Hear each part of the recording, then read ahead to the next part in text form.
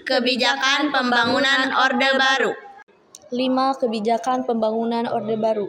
Tujuan perjuangan Orde Baru adalah menegakkan tata kehidupan bernegara yang didasarkan atas kemurnian pelaksanaan Pancasila dan Undang-Undang Dasar 1945. Pembangunan jangka pendek dirancang melalui pembangunan 5 tahun yang di dalamnya memiliki misi pembangunan dalam rangka mencapai tingkat kesejahteraan bangsa Indonesia. Pembangunan nasional dilakukan untuk melaksanakan tugas mewujudkan tujuan nasional yang tercantum dalam pembukaan Undang-Undang Dasar 1945, yaitu melindungi segenap bangsa dan seluruh tumpah darah Indonesia, meningkatkan kesejahteraan umum, mencerdaskan kehidupan bangsa, serta ikut melaksanakan ketertiban dunia yang berdasarkan kemerdekaan, perdamaian abadi, dan keadilan sosial. Dalam usaha mewujudkan tujuan nasional, maka Majelis Permusyawaratan Rakyat sejak tahun 1973, 1978, 1983, 1988, dan 1993 menetapkan garis-garis besar haluan negara atau GBHN. GBHN merupakan pola umum pembangunan nasional dengan rangkaian program-programnya yang kemudian dijabarkan dalam Rencana Pembangunan 5 Tahun atau Revelita. Adapun Revelita yang berisi program-program konkret yang akan dilaksanakan dalam kurun waktu 5 tahun. Dalam Revelita ini dimulai sejak tahun 1969 sebagai awal pelaksanaan pembangunan jangka pendek dan jangka panjang. Pemerintahan Orde Baru senantiasa berpedoman pada 3 konsep pembangunan nasional yang terkenal dengan sebutan trilogi pembangunan, yaitu pemerataan pembangunan dan hasil-hasilnya yang menuju pada terciptanya keadaan sosial bagi seluruh rakyat, pertumbuhan ekonomi yang cukup tinggi, dan stabilitas nasional yang sehat dan dinamis. Konsekuensi dari pertumbuhan ekonomi yang cukup tinggi akibat pelaksanaan pembangunan tidak akan bermakna apabila tidak diimbangi dengan pemerataan pembangunan. A. Pertanian. Sepanjang 1970-an hingga 1980-an dilakukan investasi besar-besaran untuk infrastruktur pembangunan 5 tahun. Swasembada pangan merupakan fokus tersendiri dalam rencana pembangunan yang dibuat oleh Soeharto. Soeharto membangun dan mengembangkan organisasi atau institusi yang sah menjalankan program-program tersebut. Pembangunan ditekankan pada penciptaan institusi pedesaan sebagai wahana pembangunan dengan membentuk bimbingan massal yang diperuntukkan meningkatkan produksi beras dan koperasi sebagai organisasi ekonomi masyarakat pedesaan. Kemudian, pemerintah melibatkan para petani melalui koperasi yang bertujuan memperbaiki produksi pangan nasional. BUUD atau KUD melakukan kegiatan pegadaan pangan untuk persediaan nasional yang diperluas dengan tugas menyalurkan sarana produksi pertanian.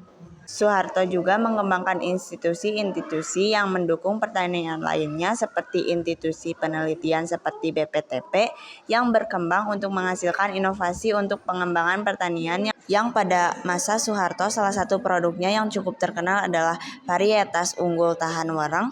Manajemen usaha tani dimulai dari panca usaha tani, BIMAS, operasi khusus, dan intensifikasi khusus yang terbukti mampu meningkatkan produksi pangan, terutama beras. Saat itu, budidaya padi di Indonesia adalah yang terbaik di Asia. Pemerintahan memfasilitasi kesediaan benih unggul, pupuk, pestisida melalui subsidi yang terkontrol dengan baik. Pabrik pupuk yang dibangun antara lain adalah Petrokimia Gresik di Gresik, Pupuk Sriwijaya di Palembang, dan ASEAN Aceh Fertilizer di Aceh. BUUD yang semula hanya dilibatkan dalam program bimbingan massal BIMAS sektor pertanian pangan, kemudian ditingkatkan menjadi koperasi unit desa KUD dengan tugas serta peranan yang terus dikembangkan.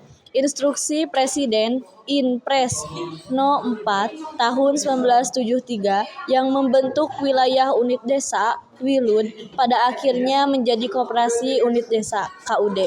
Dari sinilah lahir Penyuluh Pertanian Lapangan yang berada di bawah Departemen Pertanian. Selain program penyuluhan Kelompencapir juga menjadi salah satu program pembangunan pertanian Orde Baru yang khas. Kelompencapir juga menyelenggarakan kompetisi cerdas cermat pertanian yang diikuti oleh para petani berprestasi dari berbagai daerah sampai tingkat pusat. Kelompencapir merupakan program Orde Baru di bidang pertanian yang dijalankan oleh Departemen Penerangan. B. Pendidikan. Pada masa kepemimpinan Soeharto, pembangunan pendidikan mengalami kemajuan yang sangat penting. Pada tahun 1973, Soeharto mengeluarkan Inpres No. 10/1973. Pada tahun-tahun awal pelaksanaan program pembangunan SD Inpres, hampir setiap tahun ribuan gedung sekolah dibangun. Sebelum program rencana pembangunan 5 tahun dilaksanakan, jumlah gedung SD yang tercatat pada tahun 1968 sebanyak 60.023 unit dan gedung SMP 5.897 unit. Pada awal Pelita 6, jumlah itu telah meningkat menjadi sekitar 150.000 gedung SD dan 20.000 gedung SMP. Pembangunan paling besar terjadi pada periode 1982 sampai 1983, ketika 22.600 gedung SD baru dibuat. Jumlah guru SD yang sebelumnya berjumlah sekitar ratusan ribu, pada awal tahun 1994 menjadi lebih dari 1 juta guru.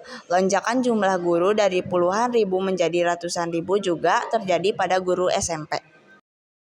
Kebijakannya bertujuan untuk memberikan kesempatan yang sama adil kepada seluruh anak Indonesia berusia 7-12 tahun dalam menikmati pendidikan dasar. Program wajib belajar itu mewajibkan setiap anak usia 7-12 tahun untuk mendapatkan pendidikan dasar 6 tahun SD. Meski program wajib belajar tidak diikuti oleh kebijakan pembebasan biaya pendidikan bagi anak-anak dari keluarga kurang mampu, pemerintah waktu itu berupaya mengatasinya melalui program beasiswa. Untuk itu, kemudian muncul program Gerakan Nasional Orang Tua Asuh (GNOTA). Dalam upaya memperkuat pelaksanaan GNOTA, diterbitkanlah surat keputusan bersama Menteri Nasional, Menteri Dalam Negeri, Menteri Pendidikan dan Kebudayaan, dan Menteri Agama Nomor 34 HUK 1996, Nomor 88 Tahun 1996, Nomor O129 U1996, Nomor 195 Tahun 1996 tentang bantuan terhadap anak kurang mampu, anak cacat, dan anak yang bertempat tinggal di daerah terpencil dalam rangka pelaksanaan wajib belajar pendidikan dasar. 10 tahun kemudian, program wajar berhasil ditingkatkan menjadi 9 tahun, yang berarti anak Indonesia harus mengenyam pendidikan hingga tingkat SMP. Upaya pelaksanaan wajib belajar 9 tahun pada kelompok usia 7-15 tahun.